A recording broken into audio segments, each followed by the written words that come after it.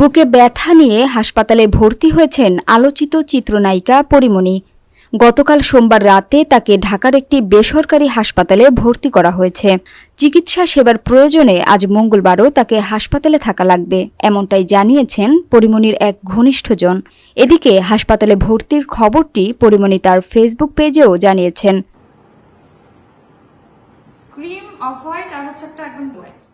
পরীমনির ঘনিষ্ঠজনদের বরাতে জানা গেছে, গতকাল বিকাল থেকেই বুকে ব্যথা অনুভব করেছিলেন এই নায়িকা।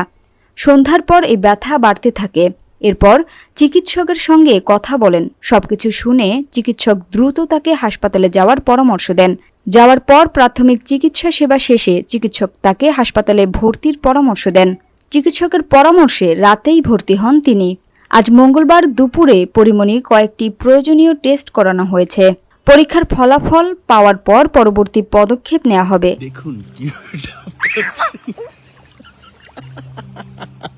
হাসপাতালে ভর্তি পরীমনি ফেসবুক পোস্টে মাইলস্টোন স্কুল ও কলেজের দুর্ঘটনার বিষয়টিও উল্লেখ করেছেন। তিনি ফেসবুকে লিখেছেন, আগুনের একটা ট্রমা আমার আছে ছোটবেলা থেকেই। সেটা যে এত ভয়ঙ্করভাবে আছে এভাবে বুঝতে পারি নাই আগে। গতকালের দুর্ঘটনায় ছোট বাচ্চাগুলোর পোড়া শরীরের ছবি ও ভিডিও দেখে আমার খুব খারাপভাবে প্যানিক অ্যাটাক হয়। রাতে হসপিটালে ভর্তি নিতে হয়।